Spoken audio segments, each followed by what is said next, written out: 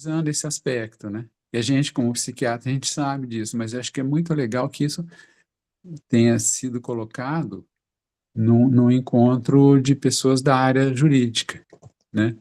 Que é esse conflito ético, ético-político, né? Que a pessoa fica, né? Quando ela é levada a mentir reiteradamente, e isso vai fazendo com que a autoestima dela fique afetada, ela começa a se sentir inferior, começa a se sentir uma pessoa desqualificada, né? Aquilo está indo contra os princípios morais e éticos dela, né? E ela é obrigada a fazer, porque se ela perde o emprego, ela fica sem salário, ela tem família para sustentar, ela tem filhos para criar, né? E ela é obrigada a assumir essas posições, né? E com isso ela começa a sua autoestima começa a ficar abalada de uma maneira terrível, né? E, e ela começa a ter vergonha de si mesma, ter vergonha de encarar os familiares, porque ela tá fazendo uma coisa que é contra os princípios que ela mesma ensina dentro de casa, né? Então isso traz um conflito, gente, que é uma coisa é, dolorosíssima, né? E, e, e, o, e a organização, a maneira como a, a, a empresa está organizada, ela dá treinamento para que os gestores, os gerentes, façam isso reiteradamente, né? Tem a questão também do, uma questão que muitas vezes, grande parte das vezes, traz as pessoas até o consultório, né, em situação de penúria, né, emocional, né, em que eles começam a colocar metas, né? Então, coloca uma meta, aí as pessoas têm que cumprir aquela meta, né? Aí eu tive um relato, por exemplo, de um trabalhor que falou, olha, eu cumpri a meta, fiquei feliz, fiquei tão feliz que eu encontrei o gerente e falei para ele, olha, você viu, eu cumpri a meta, né? E aí, pensando que ele fosse, bom, agora estou cumprindo a meta e consegui um esquema aqui e estou cumprindo a meta, né? Aí, no mês seguinte, não, agora a meta é outra, é mais alta, né? E aí, se ele se arrebenta para conseguir essa meta, muitas vezes é, trabalhando fora do horário, por iniciativa própria, para poder conseguir cumprir a meta, né?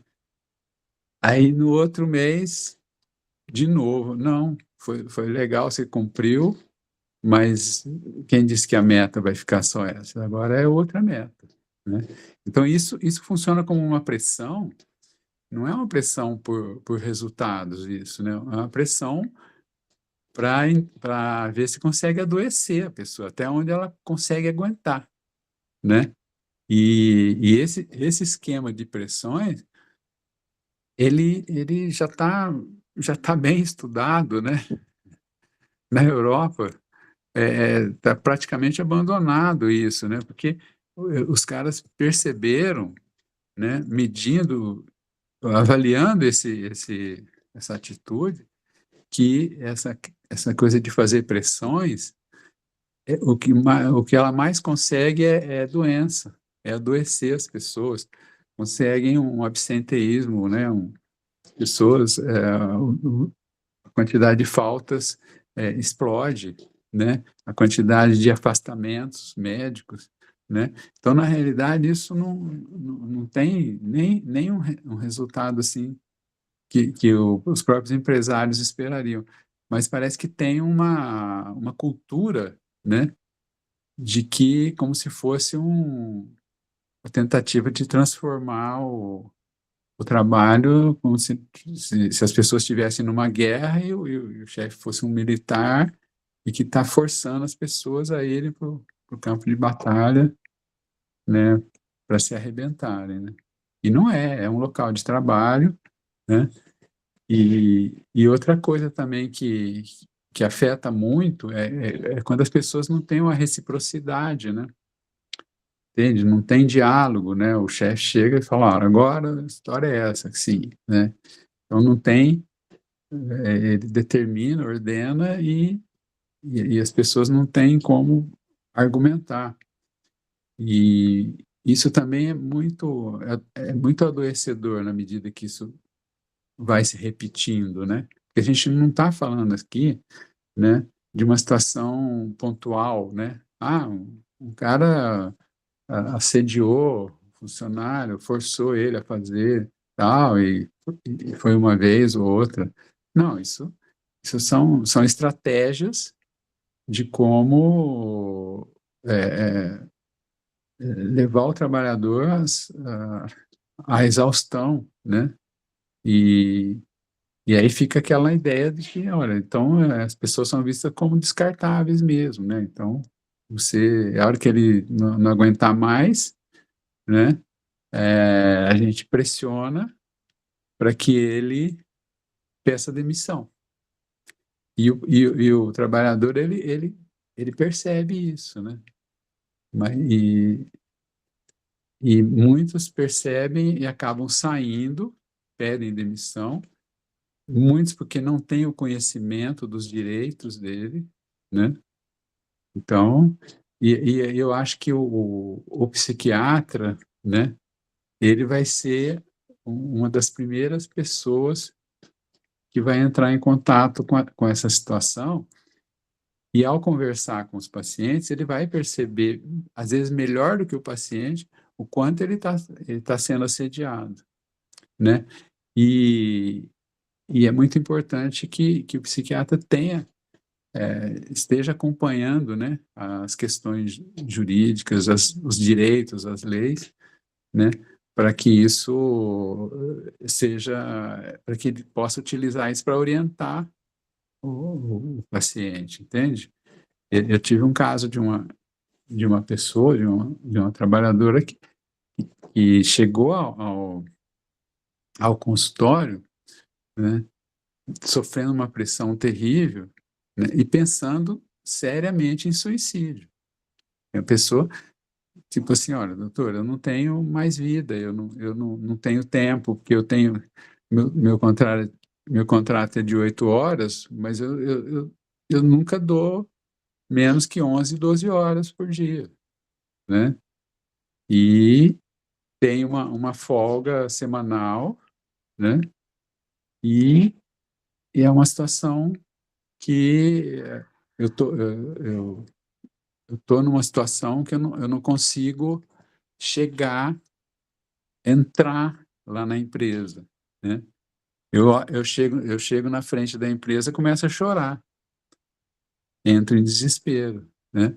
E isso não é só essa trabalhadora que eu estou falando, né? Isso, há muitos anos que eu trabalho aqui, já vi casos de várias situações, pacientes trabalhando em unidades básicas de saúde, por exemplo, paciente trabalhando como aeromoça né, comissária de bordo, né, em aviões, né, e são vários locais, entende? Então, a gente percebe que tem uma coisa geral aí da maneira como a ideologia que permeia os empresários, tá muito predominante isso, né? E parece que tem uma ideologia de,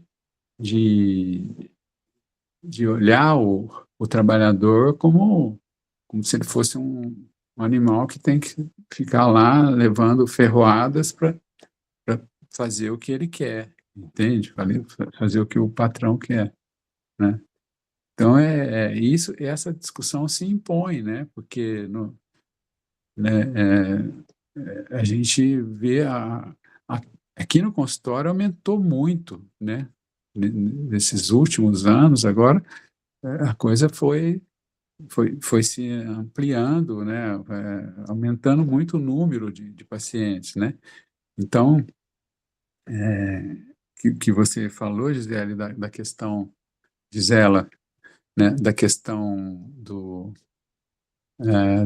modismo, né? Que as pessoas, às vezes, tentam transformar a coisa em modismo, mas acho que tem mesmo um aumento mesmo muito grande, né?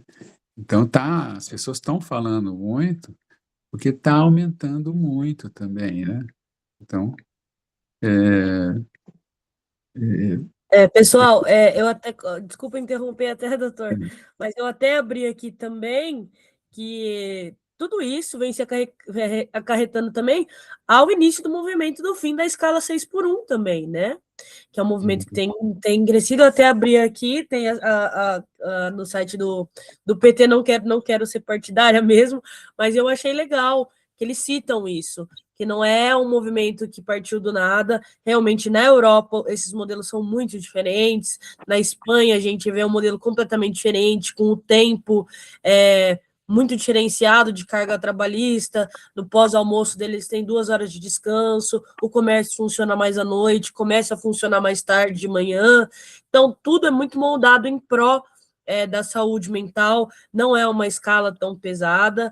Então, acho que tem muito a ver com isso que o senhor está falando, esse aumento de casos, né? E daí eu também gostaria de saber, porque o senhor falou que aumentou muito a procura no consultório em relação a burnout, a consultas. E para a Verônica, como que está sendo em relação a leis trabalhistas, se isso já teve alguma implementação nova, se já tinha alguma coisa na Constituição antiga, como que está? Passo a palavra para a Verônica. Fique à vontade, Verônica. Oi, pessoal, boa noite. Luciana Alves, é a Luciana que trabalha na Justiça do Trabalho? Não, Não? não. Ah, tá Eu certo. sou Não. enfermeira. Ah, tudo bom, Luciana? Enfermeira aposentada, graças a Deus. Nossa, enfermeira também é um trabalho que devia ser uma escala pesada. Foi, entrei em depressão, entrei no burnout, entrei em tudo. O Dr. Paulo cuidou de mim. Então, respondendo respondendo não, assim, botando um grão aí de sal na mistura, assim, eu acho que é um assunto bem difícil da gente responder, né, Paulo? Porque a gente vive numa sociedade muito complexa, né? E eu sou advogada já há 32 anos, advogada trabalhista, e eu faço o trabalho predominantemente para empresas, entendeu? Então, eu estou do outro lado da mesa, né? Por isso que eu perguntei se a Luciana era da Justiça do Trabalho, que eu tenho uma colega que trabalha lá, Luciana Alves. Eu acho muito complexo porque, assim, o trabalho, eu acho que tem um peso grande nisso aí, porque a pessoa é um horário que a pessoa fica muito grande, né, dedicada ao trabalho. Tem mais a questão da desconexão, que o Paulo falou, que a pessoa sai do trabalho, mas o trabalho não sai dela, né? A gente tem notícias que a pessoa está em casa no horário de trabalho e está recebendo mensagens. Até semana passada eu vi uma matéria no jornal falando de uma pessoa que trabalha numa empresa multinacional que foi comprada por uma empresa americana e ele trabalha na Europa. E que no começo da gestão, como eram 5, 6, 7 horas de diferença, o gestor dele começou a fazer pressão, porque no horário que o gestor estava trabalhando, ele já estava no descanso, começou sendo cobrado por isso. E que a pessoa que era responsável por isso na Europa deu uma enquadrada nesse gestor e falou: olha, aqui é diferente. Então, tem essa questão da desconexão, mas eu acho assim que, de modo geral, todos estamos muito comprometidos com a saúde mental pelo modelo de sociedade que a gente tem, porque tem essa cultura aí, né, do capitalismo muito embrenhado, então você tem que trabalhar mais para você ter coisas, aí você tem coisas, você tem que trabalhar mais, vira um círculo vicioso. Agora, em relação à legislação, a gente tem uma legislação que, embora agora esteja se falando muito de burnout, mas já tem uma legislação que dá proteção, né? Dá proteção à dignidade da pessoa humana, a Constituição, que é de 88, já tem essa previsão. Então, assim, os casos que a gente via antes, mesmo antes da CNR1, que vai entrar em vigor agora em maio, que tem se falado muito, da saúde mental dos trabalhadores, mesmo antes, já tinham processos que debatiam isso, o direito do convívio com a família, então, de ter uma limitação dessa exigência empresarial fora dos horários de trabalho. Então, isso já existia. Agora, tem essa NR aí que está sendo muito discutida, na qual os casos terão uma repercussão maior no mundo empresarial. Então, criou-se uma responsabilização maior por parte das empresas. Assim. Elas vão ter que ter programas de saúde mental para os seus trabalhadores e vão ter que comprovar se tiver alguma ação trabalhista, elas vão ter que comprovar que elas tomaram alguma providência. Que tomaram providência em Tomaram relação... providência no sentido de amenizar os efeitos do trabalho, né? Que as chefias estejam trabalhando, sendo capacitadas para um relacionamento